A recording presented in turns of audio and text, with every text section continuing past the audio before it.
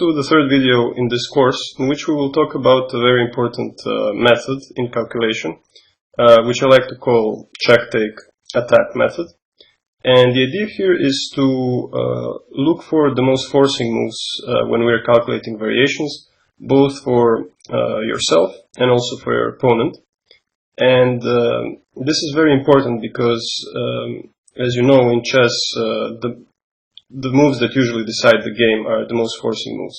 So whether you're going for the mating sequence and you have to give several checks before you checkmate, or you're trying to win material for which you need to attack and capture something, or you maybe are playing for a draw by perpetual check, you always have to look for these forcing moves. And the order that we should look at is exactly this one, as I mentioned. First we look at checks, then we consider captures, and after captures we consider attacks or threats. And I suggest, especially if you don't have that much practice with this method, that you do it in every position, even in a position where it doesn't seem like there is some good attack or capture or check. It's always good to just keep track of these forcing moves, because even if it doesn't work in this particular position, it might work on the next move. And also you are making sure, again, that you don't miss something important. So in this video, I will show some examples where we will see how important it is to look for the most forcing moves. And also in the next video we will take a look at some further examples where there are positions where maybe it doesn't seem like there is anything forcing, but you still have to look at such moves, and in some cases indeed they do decide the game. So as I said, and we will also do this in the upcoming videos, the first thing we will always do is to look at what the opponent wants. We use prophylactic thinking first, before calculating any candidate moves in the position. So first, the position that we have here. Actually, this position and this game has an interesting backstory, but we'll come to that in a moment. So let us first see, it is white to move. White is down a piece, so he sacrificed a piece. But in such positions, it's quite normal to be down a piece, because you're playing for... the reason why you sacrificed it in the first place was to play for attack, because black is undeveloped. So, first of all, let's see if it was black to move, what would he play? I think it's pretty clear that he would take the rook on h1. Some other things that he could do is he can trade the queens simply in castle. Then he would be just up a piece. And also there is queen f4 check, which might be also good in some variations. So now that we know what black wants to do, let us see which candidate moves white has. And as we look at candidate moves, the first thing that we want to do is look at checks.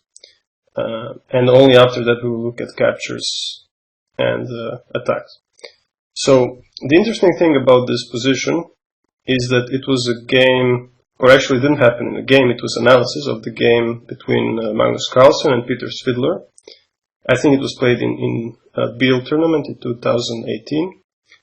And I actually watched a live conference post-mortem of this game. And so there was also a host, I think it was Grandmaster Daniel King with them. They discussed the game and this position. And as they were talking about the position, Svidler was suggesting, I think, knight c7, queen takes e4, some candidate moves. Okay, and they couldn't come to a real conclusion. They were just thinking that it's still complicated. But as they were talking, Magnus was kind of silent, and then suddenly he said, okay, wait a minute, white is winning here. And then they stopped, and Magnus showed a really nice variation here for white. First, the check, rook e6. And while I was talking, maybe you also found this winning sequence. So the point of this check is to vacate d6 square for the knight. So, if you take the rook, I just go knight d6 and fork and win the queen. So king f8, Svidler said. What if king f8? And then Carlsen continued with checks. Rook e8 check. A brilliant move, because if knight takes, then we take the queen for free. But it's not much different here if the king takes, because we still have a check and a fork, and we still win the queen. So you see, all the moves that White played were checks. And this is indeed what you should, especially in these tactical positions, what you should always look for first, if you can decide the game with checks. And so you see that on this example, you can see how strong players, they don't miss these opportunities. So Carlsen, even though he was maybe distracted by what they were talking about, he still kind of subconsciously calculated this winning sequence. So I think this is a really good example where we see how important it is to look for checks first. Check is the most powerful move in chess. The only stronger thing than check is again a check, which is a checkmate. So this is why it's important to look for them first. Let's look at maybe a few more examples of this. Interestingly, this is also a game of Magnus Carlsen, and you might recognize it if you have followed the last World Championship match between Carlsen and Caruana. So Carlsen was white in this game, and it was kind of a decisive game of the match actually, because it was, I think, tied at this point, and this was a very sharp rook endgame where Caruana with black was obviously fighting for a draw, and he got very close to a draw actually. So now it's black to move. We can see that white simply wants to take the pawn on g7, then take the pawn on h5 in a few moves, and then he would be winning. So black has to be very precise. And what is the first move that comes to your mind? Of course, to take the pawn on e4, then you might take the pawn on f5 and try to hold the draw. However, the first move that we should always consider is a check. Maybe it's not the best move, but you just need to consider it. The problem for Caruana was that he didn't consider check in this position. And he took the pawn on e4 immediately. His calculation was that if white takes the pawn on g7, then he can bring his rook, so maybe like this, give a check first. He brings his rook here, and then when white attacks the pawn, I take on f5, and this is going to be a draw. White cannot win this, he has to move the rook somewhere, and then the rook endgame is a draw. However, let's come back to the start. After king takes e4, he forgot about a very important detail, a check. Now they were both very low on time, so especially Caruana, so it's understandable that such a strong player can miss this detail with being very low on time. Normally he wouldn't, probably. But he missed that instead of taking on g7, white can first give a check. And this is the key, because now he's forcing the king to take on f5. And it would seem at first that this is a good thing for black, but actually now, you see this variation with rook taking on f5 is not possible anymore. And after this, there's no way to stop white from taking the pawn on h5. Whatever black does now. The next move is rook g5, rook h5. And actually this is how the game ended. So it was something like this, where white had two connected pawns, and then at the end they just decided very easily. So, the failure of Caruana, and the reason why he lost the match, if you will, is that he didn't consider the check first, both for his opponent and for himself. So when he took on e4, he failed to consider rook e7. And likewise, in the starting position, he didn't play the best move, rook a2, check. And now let's see, what is the point of this check? Well, if white goes to f3, we will keep on giving checks until we can win the pawn on g3. So the point is that white cannot go with his king any further from the f-file, because he will just lose this pawn. Or if he comes here, then it becomes easier for white to pick up his pawns and penetrate or for black to penetrate with his king. So probably here he should go to h3. And now we can see the difference, because this check allows black, in case of rook f2, of rook e7, to go to f3 square.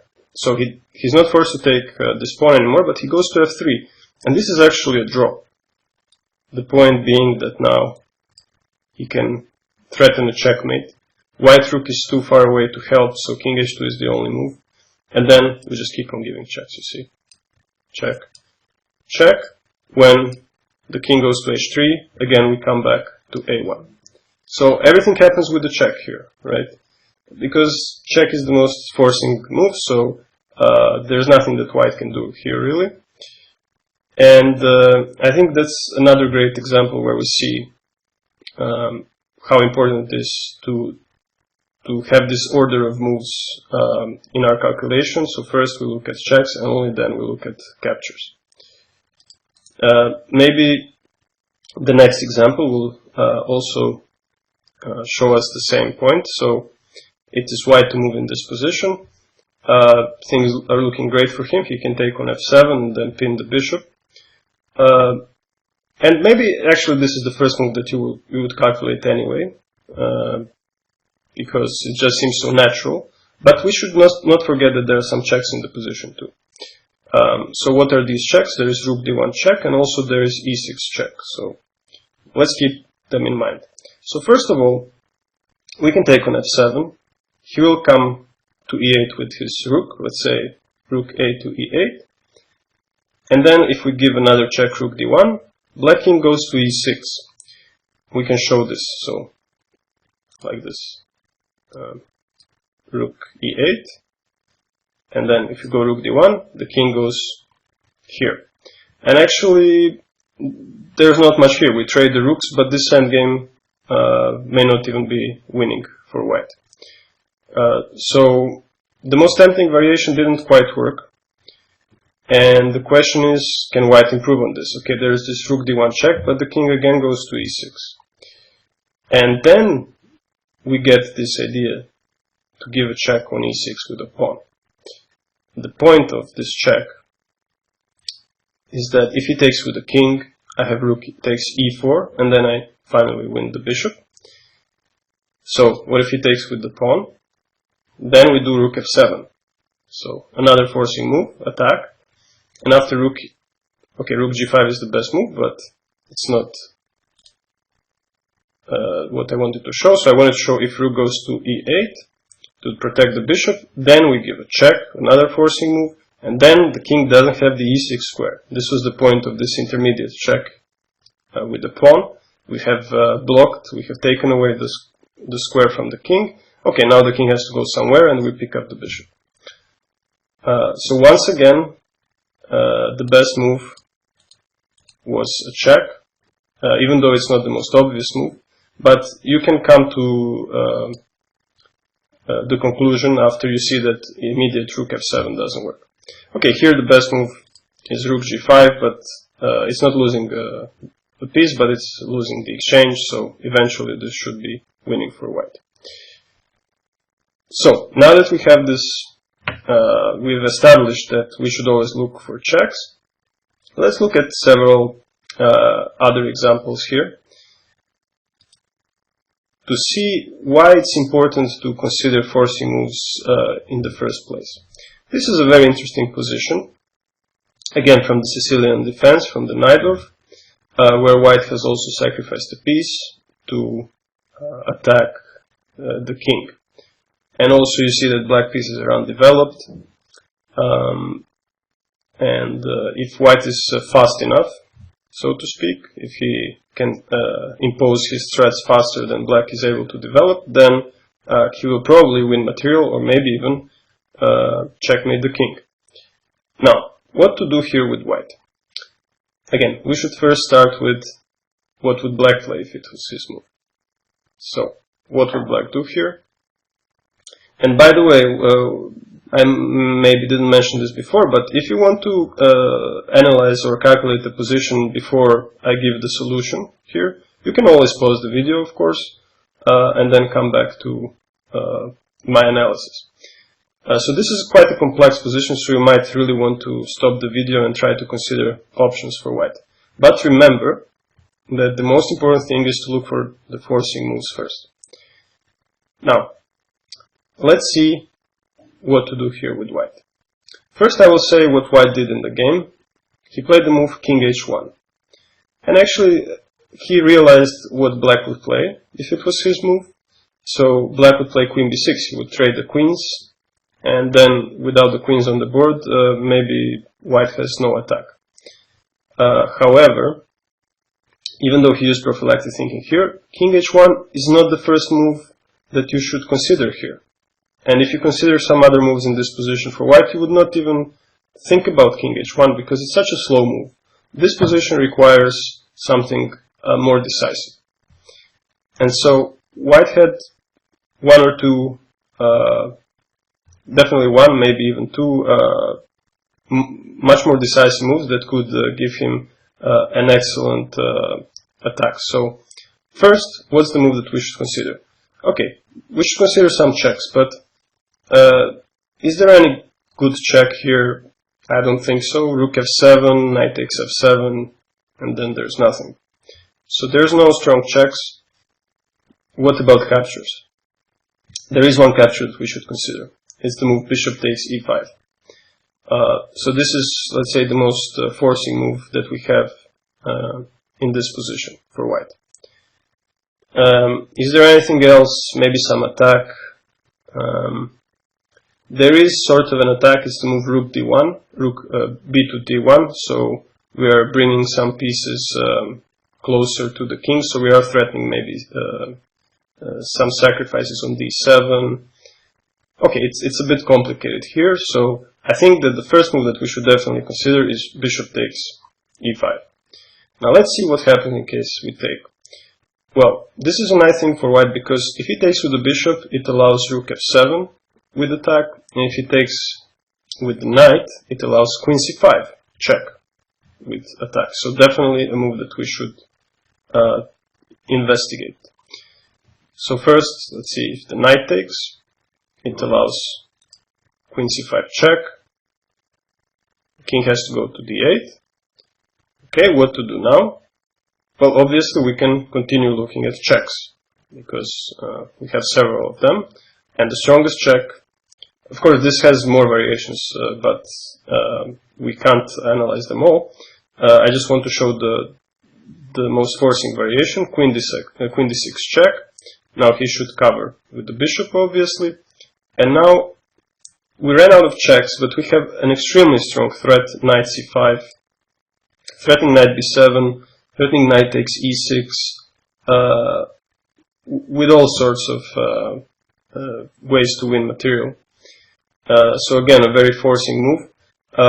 The only way to stop these both threats, knight b7 and knight e6, is king c8. But now, again, we can consider the most forcing move, knight takes d7, and queen c8. And here we are finally winning some material back. To protect his rook, he has to go to b8, and then we take this knight. And now we have, as I said, we got our piece back, but you know, in the aftermath, this is just terrible for black because he's so uncoordinated and his king is still exposed. So this position is indeed very difficult for him, and white continues his attack. So if you're able to calculate this variation from the starting position, it's 7 moves, then you should go for this. This looks great for white, and it's all forced. Now let's come back to the starting position. There is also a kind of a slower move, rook to d1, but it's also extremely strong as an attacking device because now this we basically indirectly defend against this threat of queen b6. Here, for example, we have this tactic. check, and then when the king moves, we can take everything. Oh, wait, we might have a nice thing here. We have a checkmate, actually. So I thought we should take the knight and then take the queen, but we actually have another stronger idea. Check, check, another one, and then a checkmate. This is beautiful. So, again, all forcing, all with checks and captures. And it just shows that the move that white chose at the start, king h1, was completely inadequate for the position. Black, I think, developed with bishop b7, connected his rooks, and then he was just up a piece. So, I want to say, once again, I want to stress this, when there is such a position where it requires quick action, you should always look at forcing moves first. And if you fail to do this, it might actually be the decisive, the wrong decision. Let's look at another example, where it's also important to look at the most forcing moves. This was a game played between two grandmasters, and the last move was, I think, f takes e4, attacking the knight on d5. Now, what should black consider here? He's up a pawn, but yeah, this attack on the knight is quite awkward for him, because if the knight goes somewhere, then we will take either the e6 or the b6 or even the d6 pawn. So definitely defensive moves are not what you should look for first. You should look at a more forcing moves. So we start with checks. Okay, rook c1, it will not work. We just take it and go rook f1. No good checks. What about captures? I don't see any captures really. So we look at attacks. And there's two good attacks in this position for black, and both are on white queen. So if your opponent attacks your knight, of course, a threat to his queen or rook will force him to move his queen, basically, or basically his stronger piece. So that means that rook c3 is, of course, a very important candidate move for black. Another candidate move is queen e3. Also attacks the queen, but it also offers white a chance to trade the queens and maybe look for salvation in the endgame. And this is actually the move that black played in this position. But it's not the best move. Rook c3 is a better move, and we will take a look at it. Let's just see what happened here. After queen e3, the queens were traded, and then he played this move, bishop h3, attacking the pawn on e6. It had to be protected. And now, after these exchanges and an important move d5, everything got exchanged, and this was very close to a draw with opposite color bishops, and indeed the game ended in a draw. So, coming back to the starting position, rook c3 should be investigated very seriously, especially if you see that your winning chances will be diminished if you trade the queens. Let's look at this move, rook c3. Queen is under attack, should go to b2 probably. So when the queen goes to b2, again we look at the most forcing moves. And in this case, we have this move queen e3. So this should be foreseen before we go with the rook there. And actually it's quite a strong move, because if he takes on d6, now we have this rook c1 check at our disposal. Also, now there are a lot of threats. We are pinning the rook on f2, so it's a really strong move. But let's see what happens if he takes the knight. So queen goes to e3, he takes the knight on d5. Well, in that case, we can take the bishop on a3, right? So queen goes here, he takes the knight, we take the bishop. Okay, we're still up a pawn, and as I said, the queen on e3 is very strong, so we might have some strong threats here. And the main variation that you should look here, when you're calculating this variation from the start, is of course if he takes on e6. Otherwise you know that this is good for black. But now, you cannot take the pawn on e6, So captures don't work. What about checks? Queen e1, rook f1, nothing special.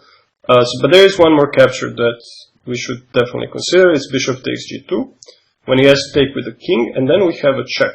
And this is quite important. We have a check here. The king has to go back. And now we can make a very strong threat. At the same time relieving this rook. So rook is threatening to give a check here on e1. White should defend against this. But when he does, then we can take the pawn on e6. And so we will be up a full pawn and keep excellent winning chances, because white king is quite exposed in this position with rooks and queens. So everything was again forced. I have made these moves on the board. We are still not in the visualization part of the course, where I will actually try not to make many moves on the board to help you practice your visualization. Here I just want to show that just by calculating the most forcing moves in these tactical positions, you can find or stumble upon the best variation. Because in such positions, usually the forcing moves are the best moves. Alright. Now, several examples that will show you something that I call winning with the brute force. This basically means that if you consider these checks and captures first, there are positions where it's winning by force. So there's nothing that your opponent can do. It's just a long forced line, and we have a good example here. It's white to move. Obviously black wants to take on f1, so we need to be very quick here if we want to win the game. And of course the move that we should consider first is rook takes g7, check. We open the king, so the king becomes exposed, and then we have some checks. So again, I will make the moves on the board. Check. Here we go to h6, not to lose the rook on e8. And now, okay, there is a check on f6, but it can be answered with queen g6. So usually when we have queens, diagonal checks work wonders. And so queen f4 here is the best move. Now if he goes to g7, we have queen f6 check. So he tries this. King goes there. Another check. And now the problem for white is that his rook is pinned, so he cannot play a move like rook f6. But fortunately, with this queen maneuvering, so if we consider all these checks, finally we get our queen to this f6 square. I want to also show what happens if he goes to g6. Then we force him to h5, and again, a check. The last check in the game decides the game. So his king is so exposed that he cannot prevent it. So king goes to g7, another check, but now we're forcing him back to the 8th rank, and then we're winning the rook by force.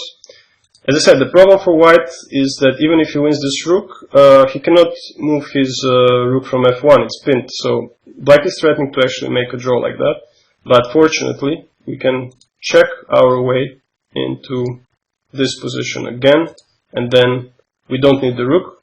Actually the pawn can do the job for us. g4 and checkmate. So just by using brute force, check, check, check, check, we win the game like this. If you don't consider this rook g7, you think it's risky or it's not winning, then the game is going to be a draw probably, and you just missed the perfect chance to win the game by force. Let's see another similar example. Actually, we'll see it's a very similar motive. It's white to move. Black is threatening to take his queen, so the first move that we should consider here is not to move the queen, but it's a check. Even though it involves a sacrifice, we should definitely consider it first, because it exposes black king, so rook takes g7, king takes g7, queen f6. This is our variation. King is forced there. What to do now? Okay, queen g5 check, knight covers the king. We have another check here. Bishop takes d5. It's another sacrifice, but it opens the c file. So when the pawn takes, we have rook c7. And it turns out that after rook c7, there is no good way to prevent the checkmate on the 7th rank. So again, it's all with force. Check, check, check. The next move is attack or a threat. Queen g7. Okay, we should definitely, before we go for this, we should definitely consider also what black can do. He can give some checks, but it's nothing special. We have enough pieces to cover our king.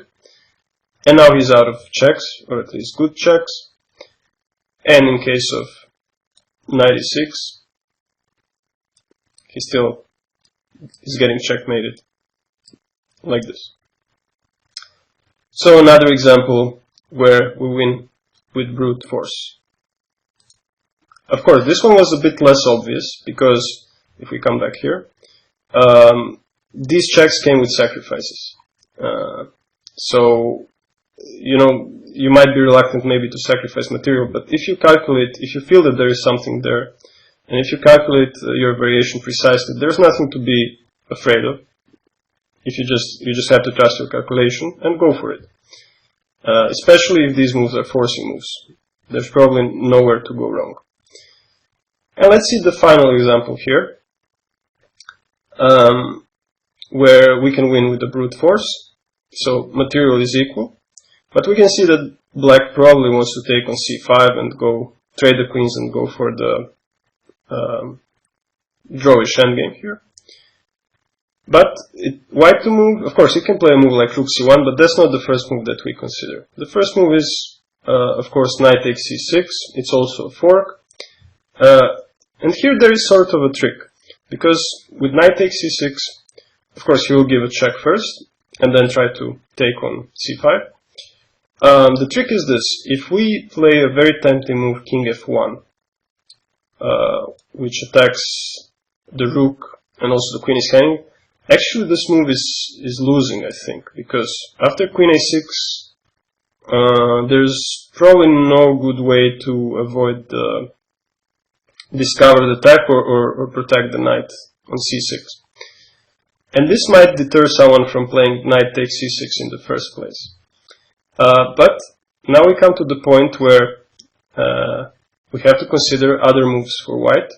So if king f1 doesn't work, doesn't mean that the whole variation doesn't work. There are moves king g1 or king h1. So let's consider this one when we retreat with the king to the corner. Okay, now this is what black wanted to do. He wanted to take there. And yes, if we trade the queens, this will be very drawish. But is queen takes c5 the first move to consider? No, we should consider checks first. And here we have a very good check, rook b8. Something like in the first example, Carlsen's Fiddler. If he takes with the knight, we deflect it, so he's losing the queen. So rook b8. Now king can go only to f7. What to do next? Again, we look for checks. Can you see the check for white? Yes, there is a check, knight d8. And suddenly the king doesn't have that many squares to go to. Can't go to e6 or f6, has to go to e7. And then we get some ideas of further checks. We can, of course, play knight c6, but that's not such a good check. The best check is queen g7 in that position. And then we're attacking the king. So we can already start making these moves. King has to go there. Another check. Now if the king moves to the 8th rank, then we have discovered check, knight b7, winning the queen. But also here, if he goes there, again, we continue giving checks. King d6, and now you can see that the final check decides the game, wins the queen. So as I'm making these moves, I think it's pretty clear that there are positions where these forcing moves decide the game. The more tricky part is that you need to visualize all of this before you actually make the moves, in most cases. So that's probably the most important calculation skill to have, to be able to visualize things. But the basics of these calculation techniques is that you always consider the most forcing moves first. So that's all for this video. Then in the next video we will also deal with the check-take-attack method, only in some maybe less forced scenarios. So you will see how this method can be used very well also in positions where it doesn't seem like there are any forcing moves. So I hope that you will join me also in the next video.